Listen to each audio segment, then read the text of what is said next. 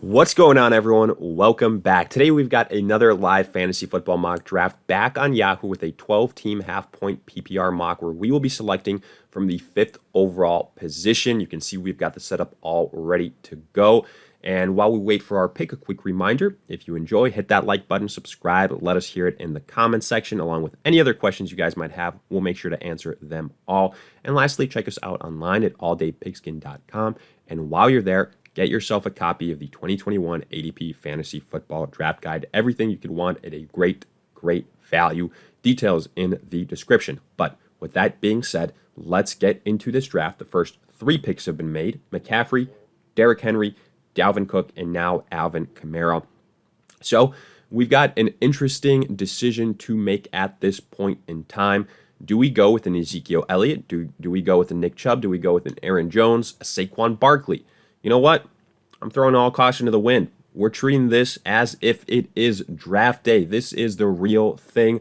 I'm going with my guy. I'm going with Austin Ekeler. You see him ranked 15th overall here. No. We're drafting him 5th overall. That's the type of belief I have in Austin Ekeler in any type of PPR formats. I love him, and he will be my guy. Like, I guarantee you, in all these final mock or final drafts you see me in my actual leagues, Ekeler is going to be my most heavily rostered guy out of all these, players that I've been touching on these last couple of months. I love the upside for Austin Ekeler. If you don't know why, well, what's not to love? An incredibly improved offensive line, a incredible upside in terms of pass catching ceiling, him being arguably the second best pass catcher on that team behind Keenan Allen, a young quarterback that airs out the football and loves Austin Ekeler. No more Anthony Lynn. He's a PPR cheat code. I love everything about Austin Ekeler, but I could talk about him for the entirety of this video. Let's look at what's actually happened in this first and now second round. The first 4 picks, like we broke them down, McCaffrey, Henry, Dalvin Cook, Alvin Kamara, nothing too crazy there. Then we went with Austin Ekeler, Ezekiel Elliott, Nick Chubb afterwards. Then you see Tyreek Hill, the first wide receiver off the board, followed by Aaron Jones, and then Devontae Adams. And then finally, Saquon Barkley and Travis Kelce at the end of the first round. Now, again, if you're drafting Saquon Barkley in the first round or even in the second round, I highly recommend that in the following round or in the round prior that you got a running back that can, be that safer choice to Saquon Barkley if something were to happen to him, because, again, he does have some health risks. He's got, some changes on that offense. The offensive line could still be better, et cetera. So just realize the risks associated with him.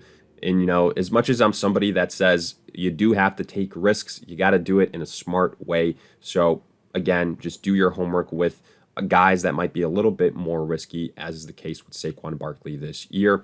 And then Travis Kelce was the last pick in the first round. Now looking at the second round, Jonathan Taylor, Hopkins, Najee Harris, Antonio Gibson, Stephon Diggs, and then Clyde Edwards-Helaire. So I'm looking at this right now. My top choice would be a Calvin Ridley. That's what I'm hoping for. We'll see. I'm guessing it won't happen. It actually does happen because somebody reaches for George Kittle in the middle of the second round. I can't say how much of a reach I believe that is.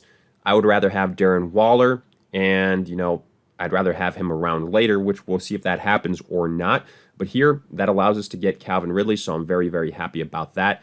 2, I think top 5 guys at their position at running back and wide receiver, so we start out in a very balanced way.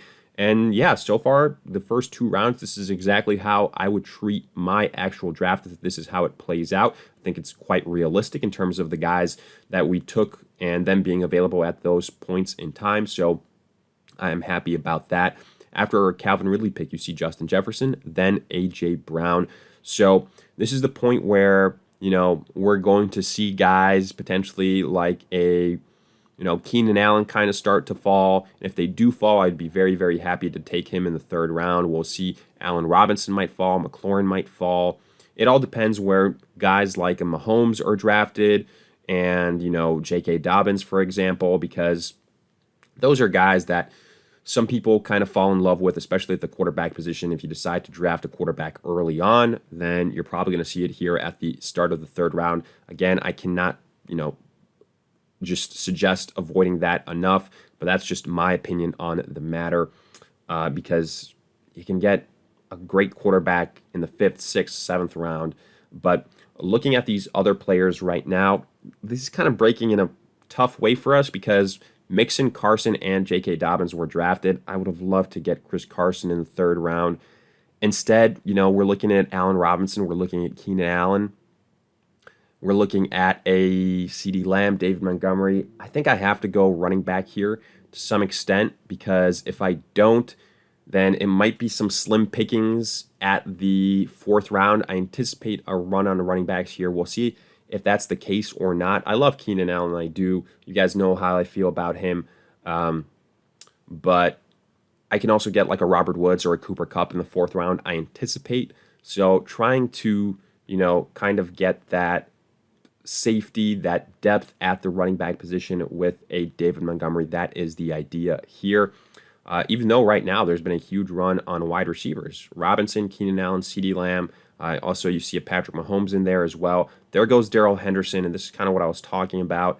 I anticipate we're going to see, probably DeAndre Swift being drafted soon. I'm not a Josh Jacobs believer this season.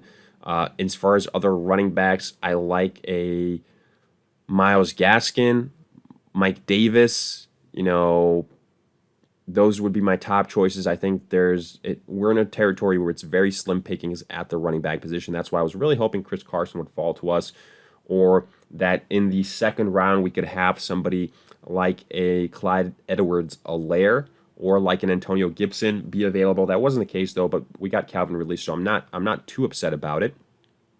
And again, looking at some of these picks so far here at the end of the 3rd and early 4th, after Darrell Henderson, you see Chris Godwin, then Mike Evans. So them going one right after the other. That continues to be the trend towards the end of the 3rd round, early 4th round.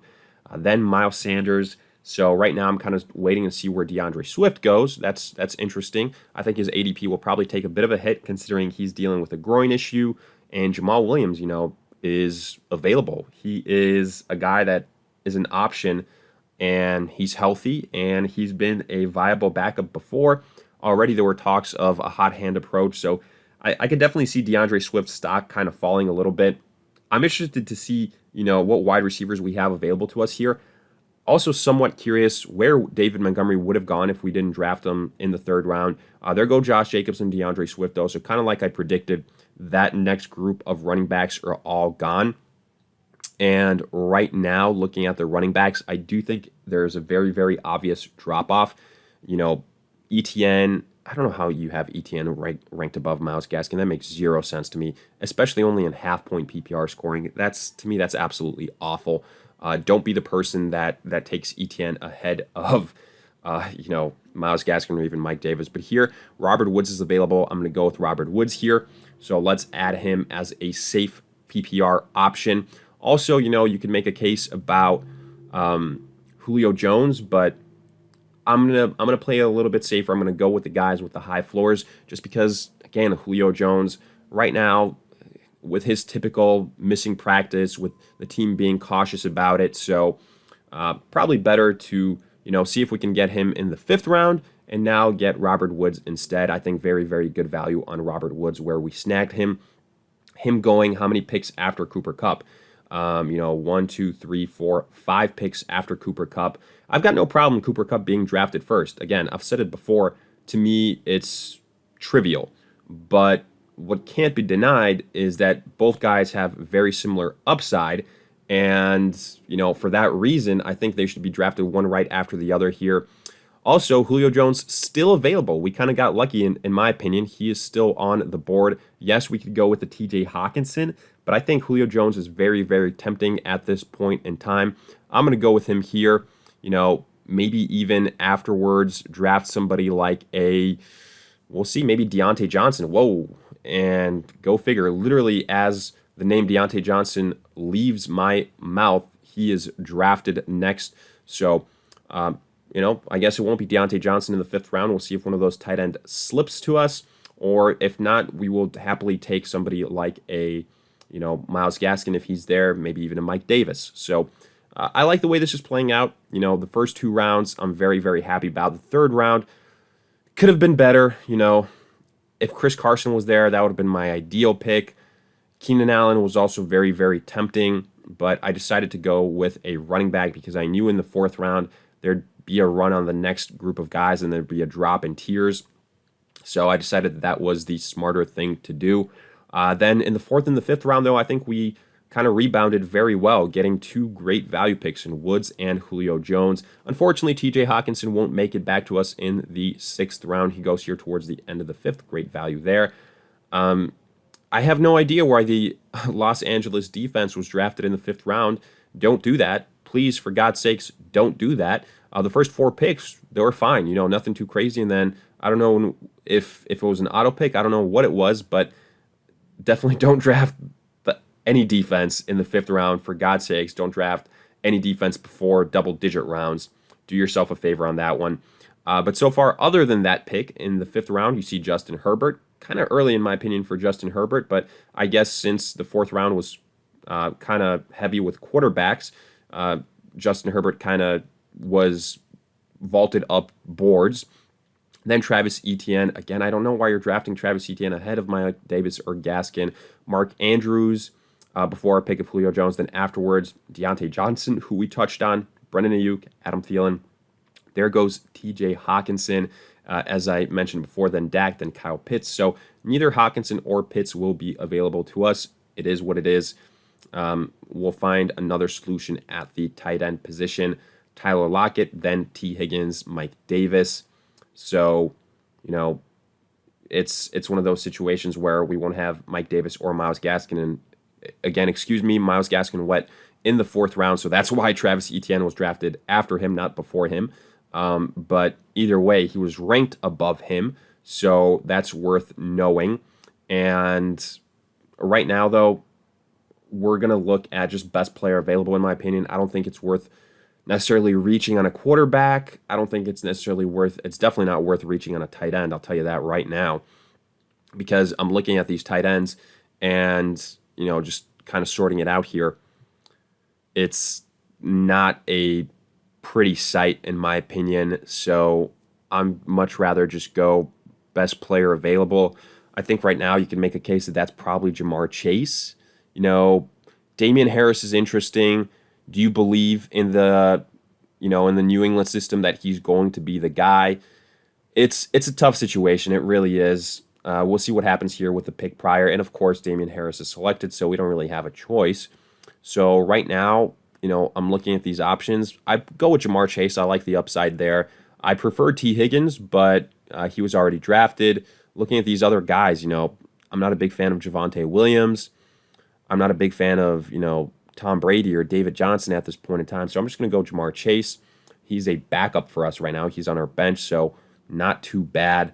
Then maybe as a backup running back option, we can get like a Melvin Gordon or a Ronald Jones. That's what I'm hoping for here.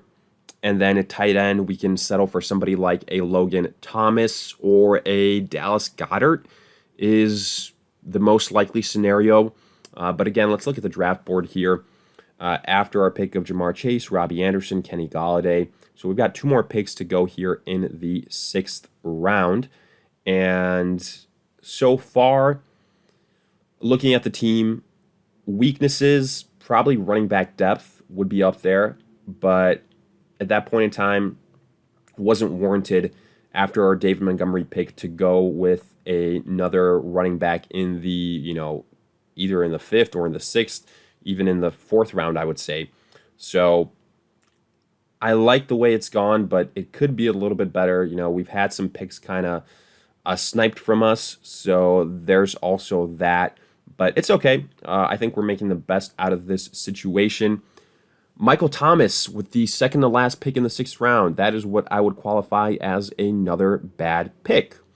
Because, again, Michael Thomas, he's probably going to miss a month and a half of the season. So I'm not drafting him until the 9th, 10th round, something like that.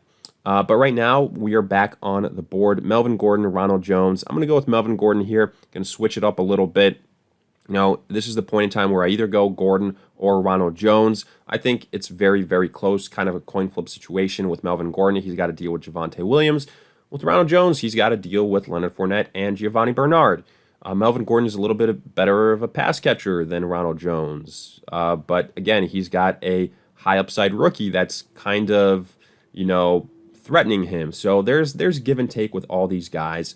So it's, again, I think splitting hairs kind of situation. After this, right now, when we get to the 8th round, I'm hoping we can get, I mentioned it before, Logan Thomas. If not, I'm all right getting a quarterback, somebody like a Matthew Stafford in the 8th round at that point, and then queuing up another tight end because we're going to get to that point where we're seeing a lot of auto picks, we're seeing a lot of kickers, defenses, things like that. There goes Robert Tonyan in the 7th round. He's somebody that I don't think will duplicate his touchdown success, and if you take away some of those touchdowns, then he's going to drop a lot in rankings. So keep that in mind. That's just such a category with huge variation year to year. In the 7th round, though, there's been a lot of running backs here. James Robinson, Mostert, who I mentioned already, Rodgers there, and then Chase Edmonds, Melvin Gordon, Ronald Jones, Javonte Williams, all going so far. Then you see a tight end, a wide receiver in Robert Tonyan, and Deebo Samuel. I'm looking at other players right now that I really like and hope could fall to us. Potentially maybe a Gus Edwards, but I'd rather focus in on quarterback and tight end and then look at some of those potentially, late round league winning not league winning, but, steal sleeper type of running backs. Because I think we've gotten to the point where, league winning running backs, that's a little bit too big of a stretch. But after that Deebo Samuel pick, you see Jerry Jeudy, you see Tom Brady, and then Juju Smith-Schuster, followed by, with the first pick in the 8th round, Michael Carter. So I'm trying to see what the chances are that we get Matthew Stafford here. There is only one team that doesn't have a quarterback that's selecting before us. So unless they take a quarterback, then I think we'll be able to land Matthew Stafford as our pick here. Let's see where he is ranked in this list of quarterbacks. So he's 3rd. I think we'll be all right. We'll be able to get Matthew Stafford because Hurts and Ryan Tannehill are ranked above him. So not too worried there. James Conner just went. We also saw the Washington defense go, which, again, God knows why there's defenses being drafted in the 8th round. It's actually not God knows why. It's because of auto pick. But again, don't be picking defenses that early on. That's just me continuing to kind of drill that into people's heads. Same with kickers. In fact, for defenses especially, I'd exit your draft without having selected a defense at all and just stream that position based on matchups every single week. I think that's the way to do it. And I think most analysts would agree with me. So far in this 8th round, though, other than that Washington blip, James Conner, Jalen Hurts, and Leonard Fournette.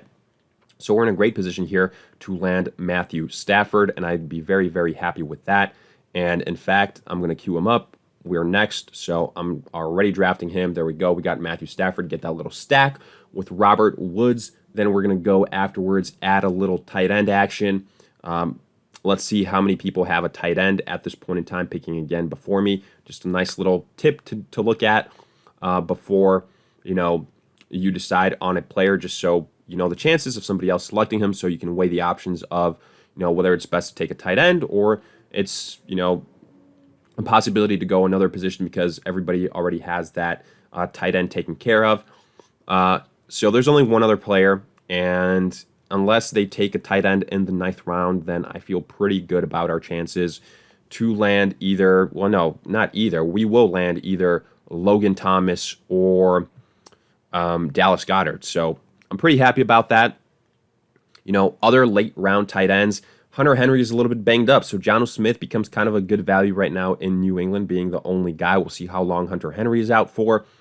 Then also looking at guys like a Jared Cook, who I really like with the LA Chargers. He'd be like a backup tight end that I just get automatically. We've got 3 picks until our next turn. Somewhat surprisingly, Logan Thomas is selected here to a team that already has a tight end. So, I guess getting a backup to Tyler Higbee, who you didn't feel all that great about. So that might potentially mess up our plan a little bit. Not going to lie to you guys. If Dallas Goedert is drafted here, which I'm almost certain probably will be the case, and if that happens, then we're going to have to pivot, but somehow he's not. So, okay, well, welcome to the team, Dallas Goedert. And we can wrap this thing up. So we got Dallas Goedert. We got Matthew Stafford with our last 2 picks. I think we started off pretty strong with Ekeler, with Calvin Ridley. The 3rd round was where it was a little bit tough. I'm not going to lie to you guys. That's where we probably, if there was a blip in this draft, it'd be in the 3rd round. But then in the 4th round, Robert Woods, Julio Jones, afterwards in the 5th round. Great values in my opinion. So I think we rebounded all right. Then we got Jamar Chase. We got Melvin Gordon as a backup. And then Matthew Stafford and Dallas Goedert. So, I'll give us like a B-, B type of grade. We got sniped on some picks. We got a little bit unlucky here and there. But all things considered, I'd be okay with this type of roster. But again, let me know in the comment section whether you agree, disagree. But more importantly, if you have any other questions, hit us up there. I'll do my best to answer them all. And lastly, if you enjoyed, hit that like button, subscribe. Check us out online at alldaypigskin.com. And while you're there, get yourself a copy of the 2021 ADP Fantasy Football Draft Guide. Details in the description. But in the meantime, we'll see you guys in future videos.